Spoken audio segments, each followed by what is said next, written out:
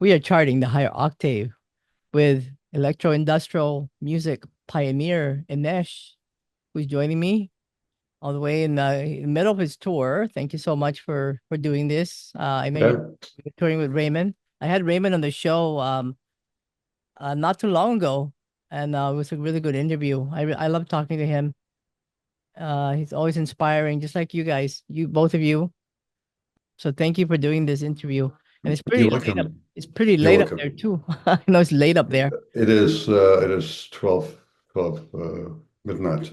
Yeah, I yeah, just, I just came in. We came from the highway. We're traveling. We do a small club tour. I'm saying. So yeah. we're gonna travel. We're traveling in a big van and a big trailer. Oh, yeah, And so we just came from Boston in yeah. the Because I US. know you're And touring. You played the Middle East upstairs in Boston, and then you're in Quebec, and then Montreal, then yeah, Toronto, Detroit, and Cleveland. So exactly. And then that's the end of the tour. So I would be then, so far I counted the 43rd show in Cleveland and the last one. And oh, 2 days later, I will be back in Berlin, hopefully. I mean, I don't know. At oh least yeah. that's the plan. Are you gonna take like a few days off? Maybe like hang out in the somewhere here in the U.S. or something. No, what I said before. And 2 days later, I will be, after the last show, I will be back in Berlin. So I have stuff Oh, to do. I have stuff to do. There's a lot of stuff waiting for me. It's always the same. The most important part, the most important demands are coming in when you're not there and you cannot deal with them. So there will be a lot of things I have to take care of.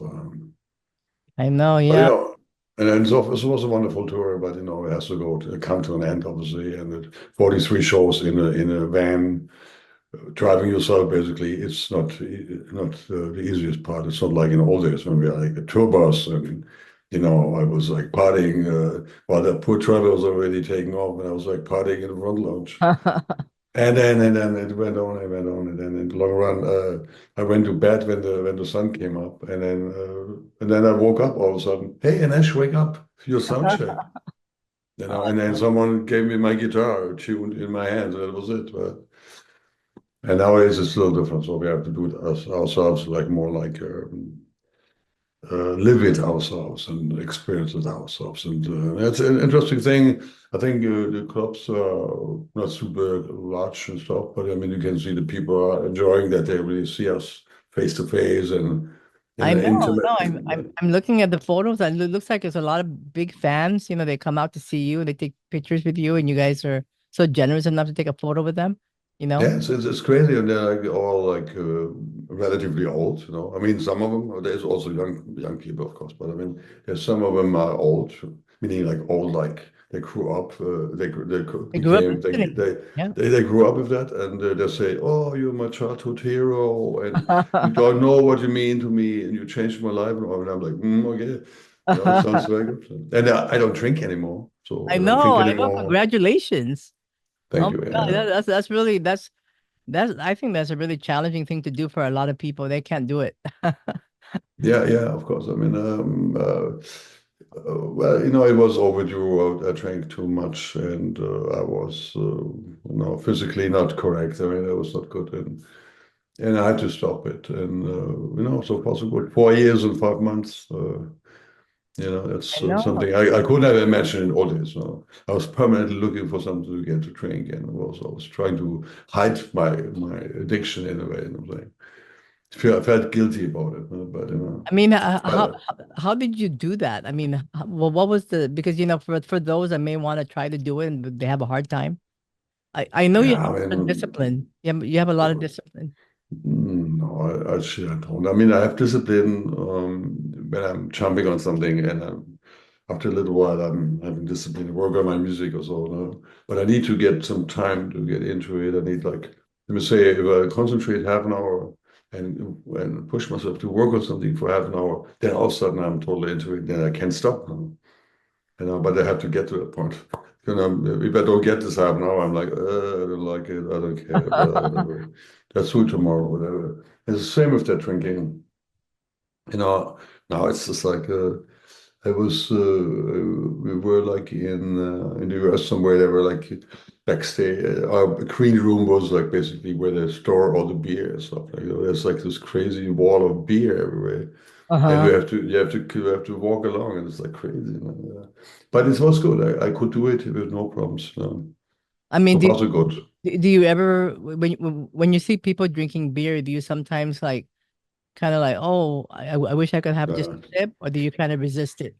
No, no, I don't care. But it's just more that that I think I'm a boring party pooper. You know what I'm saying, because Nah, I'm not like at kind of all. everybody's like, oh, you too, man, I love you so much. I'm like, okay, okay, and what else? I'm like, so I'm just kind of like, I'm not getting super excited and totally out of control anymore. I'm just like, okay, yeah, I sounds mean, good. I know you were doing martial arts for a while. I mean, I don't know if you still do. Is that one of the things that gave you that endurance? No, I wasn't doing that. It was Mon Amour. I was doing that.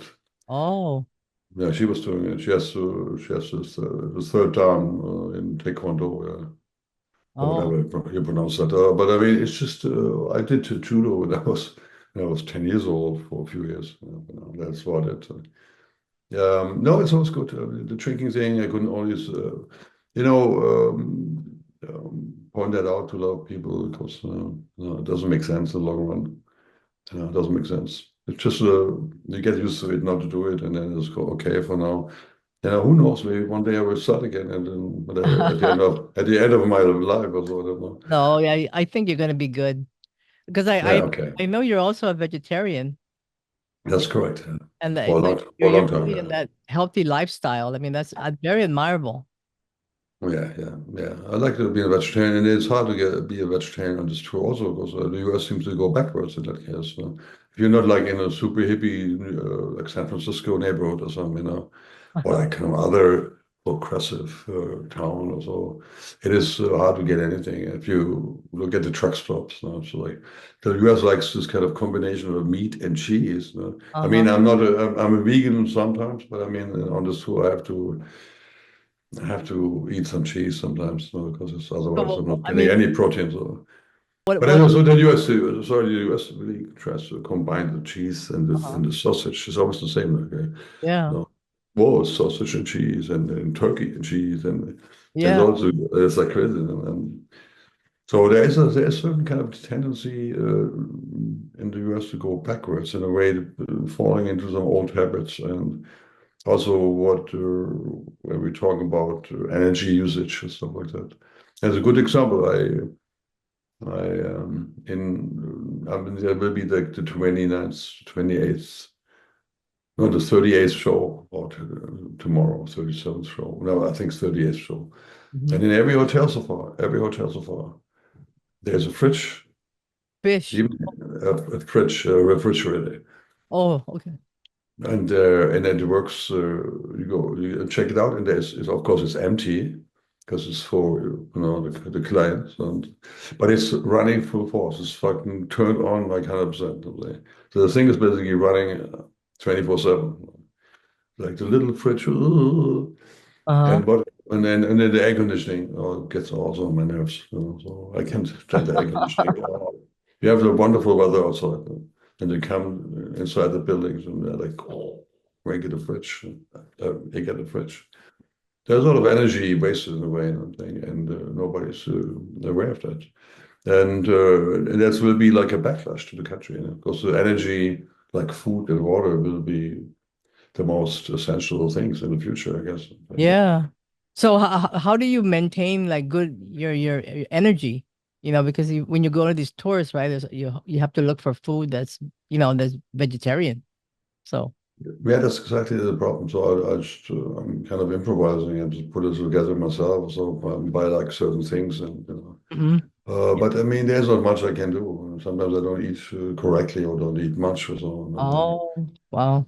I was really enjoying it in Boston. There was this like a vegetarian restaurant, or actually vegan restaurant across the street, who like offered musician food and stuff. And that was really good. Oh yeah, yeah. Because God, that must be tough sometimes. And I know you're Yeah. also an animal rights activist, right? Yeah, I mean, Yeah. not officially, but I mean, I'm standing up for that, of course. Yeah, Yeah, of course. Yeah. We all are. Yeah, I understand Yeah, I completely. mean, I saw it just now. I saw like it was freezing cold out there in Canada, and I saw this. They do it at night, so nobody sees it. That's the truck with the pigs, and they freeze their ass off in this kind of cold metal thing. The pig, the animal transporter thing, the trucks with the animals. So the Yeah, pigs were sitting in there, and I can hardly imagine how cold that must be. yeah, And then how fearful it is for them, of course. But I mean, you, well, it's all a bad thing, and it's and I know that people are upset if they have like people like Morrissey, if they say if they oh yeah, yeah, compare it with other things, yeah, in the history of human beings and the history of Germany especially. People don't understand that now. yeah, yeah. That it's actually the same kind of brutal and the same kind of like not acceptable in a way. What happens on a daily basis now. And think about how many. I think there's like 20 million chickens slaughtered in the US alone, or so, on a daily basis or something. It's just fucking I totally know it's just crazy. unthinkable. And it's all happening in the back, in the back streets and further down, away from the main streets and stuff. You see the buildings when you pass through. You see the buildings far in the distance. And we can see, oh, there must be some cows or chickens in there. Um, Either way. Yeah. So where are you then? I see all this action in the background there. But where are you? Oh, I'm working from home. Yeah, Oh yeah, okay. yeah, yeah. That besides Hawaii, I mean, that we played in KMFDM played in Hawaii, Yeah, and yeah, that's right. Yeah, I talked to Sashka some time ago, and he kind of reminded me that they were here like many years ago. Yeah, yeah, I was there, yeah, 1992. yeah. I wasn't here for that show. I don't know where I was. I must have been out of I must have been on vacation somewhere. But they did. Yeah, they played here. There was a club called Pink Panther or something like that, Pink Pink Cadillac. Yeah, something. Pink's Garage or Pink Cadillac. Yeah, maybe. Yeah. Yeah, Pink Cadillac, possibly. Have you been to Hawaii? Yeah, yeah. As I said before, I played there Oh, yeah. So you were in with the band at the time. 1992. Yeah, Oh, okay. Yeah, yeah. Okay, okay. Wow. that was good. I loved it. I loved it. I didn't want to leave actually. Oh, yeah. I'm more a person Only who likes one the time sun, you. likes the sun and all the stuff. So it was a good experience. Yeah, Yeah, I mean, if you were to tour again, well, what places would you like to go to? to Hawaii. Yeah, yeah, definitely. Yeah, I would like to go there again. I mean, no, it was good. It was a very good experience. And also, I like for whatever reason, I like touristy places. I Yeah. lived a long time in New York. Oh, yeah, I know. And Yeah. it's of course, and I lived in LA and I lived in New Orleans, and I loved it so much because it's a touristy places. So it just Yeah, attracts me for some reason. yeah, I mean, do you like the beach? You like Yeah, Oh, yeah. sure. I like the beach, but I really don't go to the water too much because I'm kind of scared. When Yeah. fish touch my legs, I'm just freaking out. I don't like that. Yeah. But I mean, I like to be in the sun, at least in the shadow, sitting in the sun under an umbrella. So what I'm saying. I Yeah. like to be outside. I like the good temperature. Yeah, high temperature. I like that. Yeah. Yeah. So I know you just released your latest LP called Dance Hall Putsch. The Yeah. first album in 8 years. Now Released. it's more like 7.5, actually, to be honest. Yeah. Yeah. Released by Give and Take. So big shout out to Jay and those guys at Cocaine Opera and Give and Take. Yeah, they did a Yeah. great job with your album, and we actually did a little CD release party here at my event called Dice in the Light. So Cool. that was a lot of good. Was really a lot of fun playing your music on the you Yeah, know the that's nightclub. great. Yeah. I have very positive feedback from the album, so because we sell it on the big tour also, and people come up to me and they're so excited about it. I'm so happy, because I wasn't sure because I mean it's like a solo album is a very personal thing. I mean I don't put it together in a way that I think about it's going to be a big success. I'm just putting it in a way together that it's like my own little Yeah, treasure. it's a really great album. There's a lot of wonderful people on the album that remix the album or involved in the album. I Yeah, was wondering if you can talk a little bit about How did you come up with the title and the theme? Well, it's playing with the term beer hall putsch. I'm saying now beer hall. You know what beer hall putsch was like an event in Germany when the early Adolf Hitler tried to start his movement, and take over and overtake the government. So it's kind of a reflection of what we have seen nowadays. No? It kind of could be the January 6th thing or uh, Yeah. storm, or no, like the same happened in Germany when people try to get into the parliament there and it didn't work out too Oh, well. yeah, yeah. That's to do with the whole new, we say, political movement in every country all over the place. But of course, in the US with Trump and Cohen, and in Russia, Putin in power for 20 years, the new masculinity, the new ignorance of certain things, the new ignorance of environmental issues, the new ignorance of women, and all the stuff. So has also to do with that, and so this is like kind of a counter putsch. I'm saying this is like kind of a. It was just my putsch only takes place in music. Could also mean that my music is different than other music, and that I push certain styles in my direction. So, but it's obviously a reflection of what's happening politically. Also, in the first when I started this album, it was the COVID days, That's right. Yeah. and so I was like thinking, oh, I want to do something positive, something uplifting, And I started to. That's why I also came up with the title. That it should be like more dance floor, kind of more upbeat, like wow, in my kind of way, of course. And then what happened then was that the Russian invasion of Ukraine. I mean, number two, it was already happening in 2014, obviously, but the newest development in the Ukraine, and it's very close to Berlin, and we're like very involved in a way, and very fearful, and thinking further that we could be involved one day. And it's only 500 miles away, Ukraine, from Berlin. Yeah. So it's very around the corner. So this brought me, kind of killed my mood to be like so upbeat. So that means it started out to be an upbeat album, and then became again political and more sinister. You know what I'm saying? So that was actually that also explains the title, and if you know what I mean. I like it. I mean, we played a few tracks on there. Some of these artists you worked with before. I think only one you the kind of there's a Mia Fisher, maybe DJ Mia. oh oh yeah, yeah. I'm supposed to actually talk with her as well. Oh yeah, sure. Yeah, yeah. How Yeah, how we, how did you meet up with her? How did you guys get together? How did you yeah, collaborate? yeah, very simple. I was invited to the tour with lots of acid Oh yeah, yeah. and Combi Christ and Christian Death in this package tour. And I was also playing with them, and she was the singer of Lots of Acid, and that was like 2017. And so we got to meet, and I liked her very much. How her approach on stage, and she was very powerful, and she had a great voice, and I was impressed. Wow, yeah. So I wanted to work with her.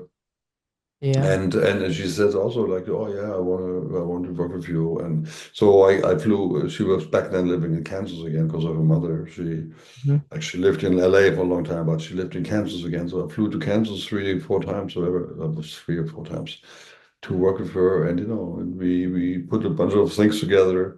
And now she really released that, but there's one track on my solo album, the I'm So Sick, Yeah, I is really love is that mix. I really yeah, it's really great on the dance floor. yeah, yeah, yeah. This is like one of the first songs we actually worked on. So and there's a bunch of more tracks she will release now, and she will be more the artist now, will be more the special sidekick or producer or whatever, in that case. So yeah, it's good stuff. Yeah.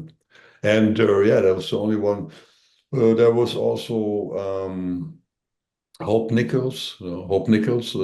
Don't people don't remember her? She was like in a band called Fetch and Bones, and Oh that's yeah, that's yeah. that's like kind of like more like an Hope Nichols. alternative Yeah. rock band or so, and she was Do it, leading this kind of band. do it. It's a name. Do it, right? Yeah, yeah, exactly. Yeah. There was a track also.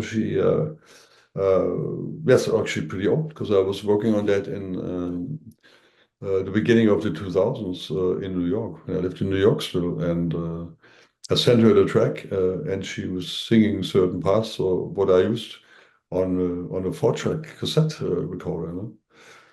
And so she sent that. So I got it from her. I got a cassette basically. That was before it was easy to send files around. That was that long.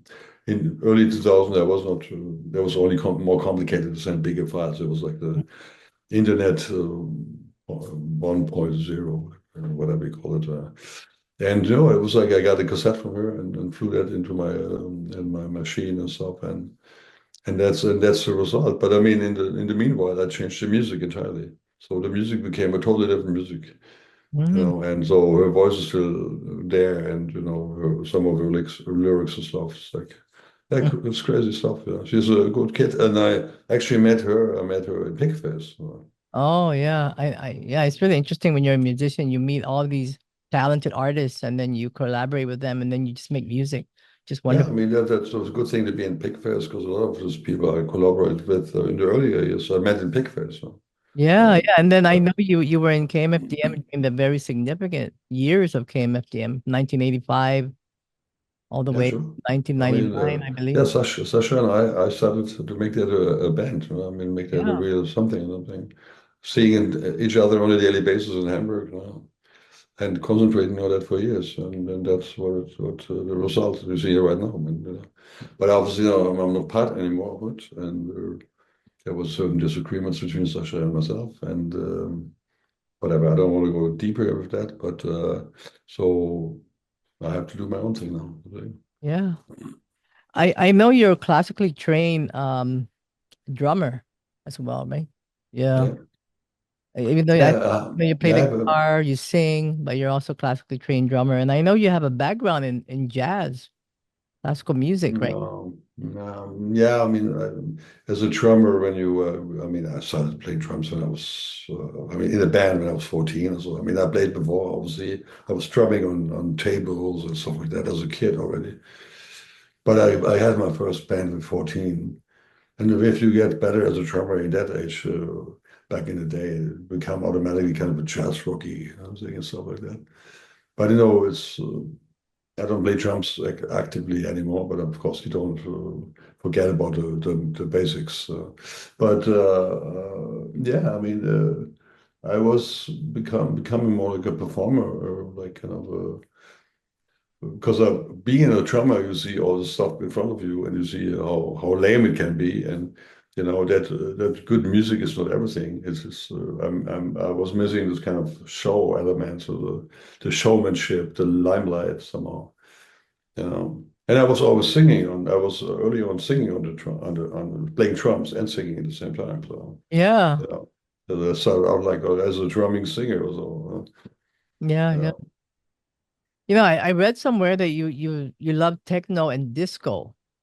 Sure, sure. Is there like a genre of music that you would explore that you haven't yet? Would there be any? I do on a daily basis listen to my music. It is techno and disco if you Yeah. like what I'm saying. I mean, it's very simple because as a drummer you could say, oh, you love the machines, or how weird is that? You're a drummer, but exactly because I'm a drummer, I love the machines because I know how insufficient how bad actually the human beings are as a drummer. They kind of have this groove and this little Yeah. like human like ups and downs, but I mean I like this kind of really strong and correct and forward driven stuff. That's what I'm tribalish in a way. I'm saying that the drummer can also do, but there is a certain limit to it. I'm saying, and machines have this untouchable precision and untouchable drive, and Uh-huh. this is what fascinates me as a drummer. And of course, I like dance floor stuff. I like it.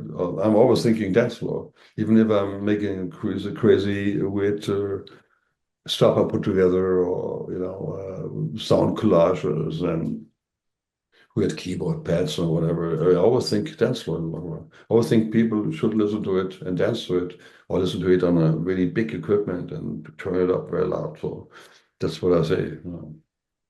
I know. I mean, I love disco. It's the foundation of dance music, really. Disco. Yeah, I mean, I don't mean disco in this kind of mainstream disco. I mean I more know. the Underground. Yeah. yeah, I mean more the fact that there is some kind of a tribal-esque rhythm people are sucked into, kind of Oh. like a regular driven thing. I'm saying, yeah, I know you speak German and English. When you write your music, do you prefer uh sometimes you know how the foreign language, the different language, it has more depth. You can't express it in a different language because it has more meaning when it's in the language of its own. You know, um, like sometimes you can't put something in words in a certain language because there's no word for it. I don't know. yeah, that's correct. I mean, if I write in German, it's a different story. I'm saying. If I write in English, it's more like kind of in phrases. I think in phrases. When I write in German, I think more in words and stuff like that. I'm saying. Like yes, I'm getting more abstract when I'm writing in German. Oh. Sometimes even too abstract for even for Germans. Mm-hmm. So I developed kind of like an own like kind of art of the German language. When I'm writing in English, it's obviously reduced to kind of more like daily language. I'm saying with daily phrases. Yeah. So it is interesting to write in German. I'm saying. It's very interesting and it's very satisfactory. But a lot of people don't get what I'm doing, and so sometimes I have the feeling this kind of English has a certain kind of heaviness and easiness and simple phrases are sometimes really great in English. There is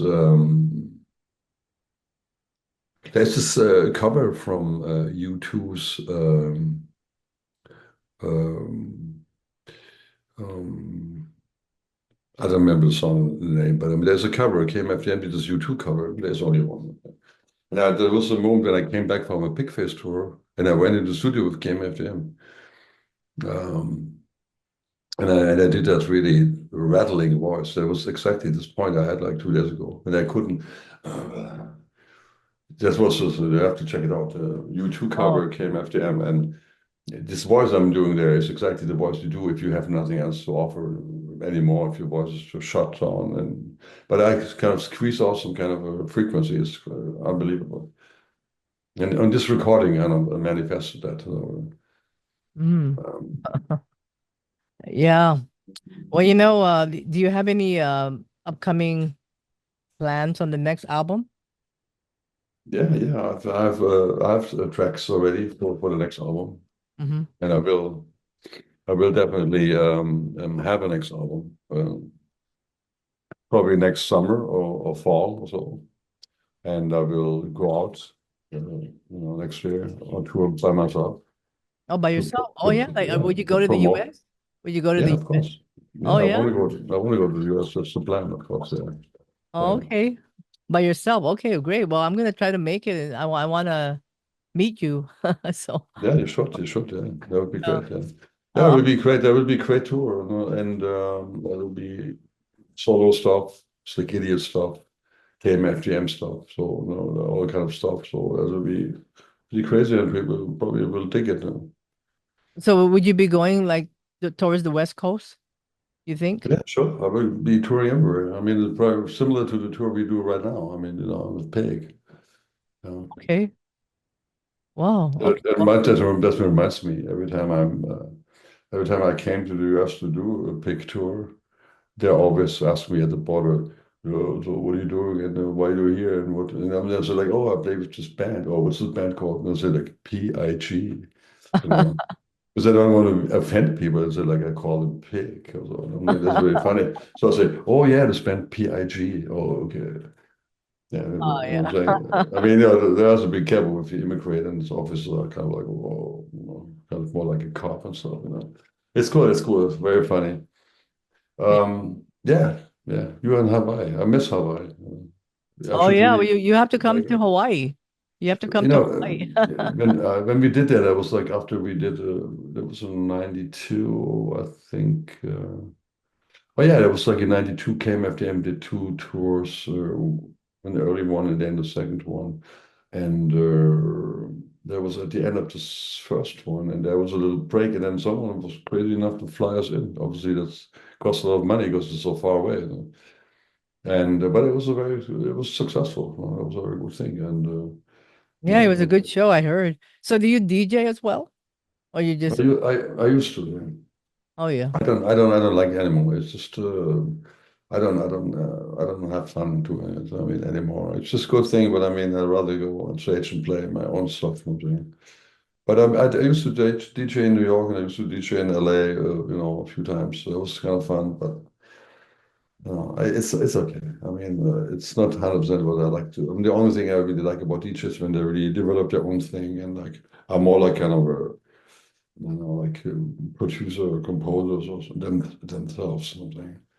Then it's a good thing. But I mean, it's maybe I'm a little jealous too. You know, if you come with you know with a little computer and laptop and then you make this big amount of money compared to a poor band who comes with all their stuff. You know, and, you know, Yeah. they don't make that much money than this guy with a little laptop. You know? Yeah. It is kind of weird, but I mean, I'm happy. You know? I'm happy for the DJs. I'm happy for the people, and I like this kind of minimal techno. I like it very much if you have only two, three elements, and that's basically it for 10, 15 minutes, whatever. It's just crazy. And obviously living in Berlin, I'm like having the techno thing around me a lot, and there's a lot of this weird half legal clubs that open and then close again, and yeah, there's a lot of this interesting, innovative techno stuff happening. So Mhm. So when you go back to Germany, what will you be doing when you go back? You're gonna start a new project, take a break, or no, what I said before, I will take care of the problems I have to oh, besides music. But of course, I will work on music further. I have a lot of tracks already for the next album, but I mean, I oh yeah. will work on more stuff. Do you have I worked while I was in the, touring. I was also working on new music, whatever, early stages of new music, and you know, I have a good time. Just sit in the van and with my laptop sometimes, or sit oh somewhere. yeah, yeah. So Just is it similar to the last one or a little different? it's always different. You know? It's Oh yeah. never similar. I'm saying it's automatically Mm. given by the collaborators, it's given by whatever your experience is given, what happens around you. Of course, I'm influenced by other people's music also to a certain degree. What I hear here and there, you know, there is a certain passionate influence, so obviously. But I mean, on the other hand, I'm actually pretty good. Only listen to my own stuff, more or less, and be in my own bubble to a certain degree. But you know, you never can out to be influenced by other stuff, by other people's music. No Yeah. doubt about it. Yeah. Well, I look forward to your next album, and maybe see you in Hawaii one of these days. You should come here and visit. Yeah, I like to. I mean, I don't want to visit. I want to play. Yeah, that too. Yeah, you could play. Yeah. So when you tour, is it how many people do you bring with you on the tour? Um, when I tour myself, probably on stage will be like five. Like, Yeah. do you sometimes, do you know how Raymond asked you to play for his band? Do you work together like that with him as well? He plays for you. He comes and joins you as well. Yeah, of course. Yeah. I mean, you talk about the people who are actually in the band right now. Yeah, yeah. No, I mean, everything is possible, you know. I mean, but in the moment, I have a few people in mind. You know. Well, this guy I collaborated on this current Dance Floor Putsch album from the UK, from Scotland, Gabriel, Gabriel Lennox. Oh yeah, yeah. He's like a cool guy I met while touring with Pig in the UK. He was opening up with Sarah Thin. He was opening up for us. He is collaborating with me on that current album, like on 3 tracks. And he's Mm-hmm. a wonderful person and a nice singer. I like the vocals. I like multiple vocalists. And that's what I like. And I have like, and he has a very high rock and roll-ish, high, screaming, not screaming, but like a piercing voice, and in a good way. And I have like this more this lower growl and stuff. So that's a very good thing that happens. There's my friend Michael will play drums, and he's also singing while playing Oh yeah, drums. yeah. And I will have a female singer, and maybe Erica? hopefully Erica. Yeah, Yeah, yeah. she might be busy. I don't know. I talked to her. We met her in Atlanta on this tour. It would be good to have her around there, of course. Yeah, well, I look forward to your next release and maybe have you back on the show again, talk about it. I don't know. We'll see. And Yeah, maybe yeah. wonderful. Yeah, I would yeah, love to catch your show. I'm gonna try to figure that out. I would love to definitely catch your show because I've been wanting to do that forever, and I just never able to. Yeah. So yeah. yeah, yeah. It's good. Yeah, I mean, what we do, this genre we do is definitely, we has a lot of impact. Has a lot of not sweat is maybe the wrong word, but I mean, we give it all. I'm saying, physically we give it all.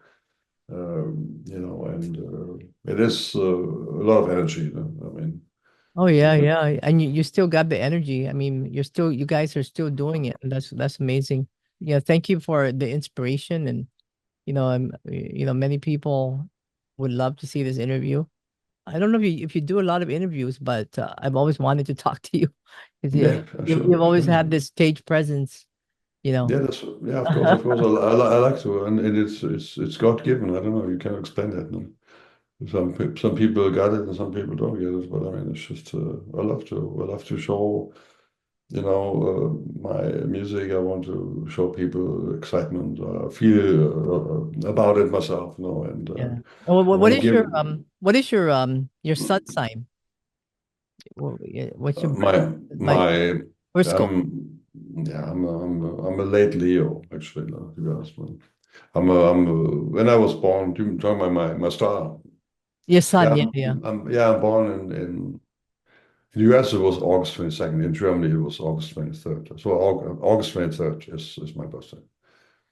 Also Yeah, Leo or yeah. It's Leo? the last day of Leo in my book. In the Oh, US, it's considered a Virgo or something. oh, okay, okay, But when I was born, I was like August 22nd in the US. Something. So okay. um, yeah, Oh, you have a lot of fire, yeah, fire. yeah, for sure, yeah. So And that's why you're Leo. You perform on stage. mm, Leo's the yeah, performer yeah. and the artsy. Yeah, yeah. Yeah, that's It correct. it kind of matches, right? Yeah, so it's great. Yeah, All right. very good. Okay, well, thank you, Anesh. I really appreciate this interview. We'll keep in. Thanks. Thanks for having me. Yeah, Appreciate thank you very much. it. Thank you. Yeah, keep in touch. Okay, be good. Good luck with your tour. Thank you. Yeah. It's almost over. No, Yeah. five gigs or 4 gigs or whatever. It's 5 gigs. If there's an artist you want to work with that you haven't worked with yet, is there who would that be? Mm, mm, I don't know. I have to think about it. But there will be a few. Yeah, there could be a few. Yeah. Well, Yeah, I'm sure they want to work with you. it all depends. Well, thanks for having me, and I Okay. appreciate your Thank time. you, Anesh. All right. Okay, Thank cool. you. Thank you. Bye bye. Thank you. Pleasure. My pleasure.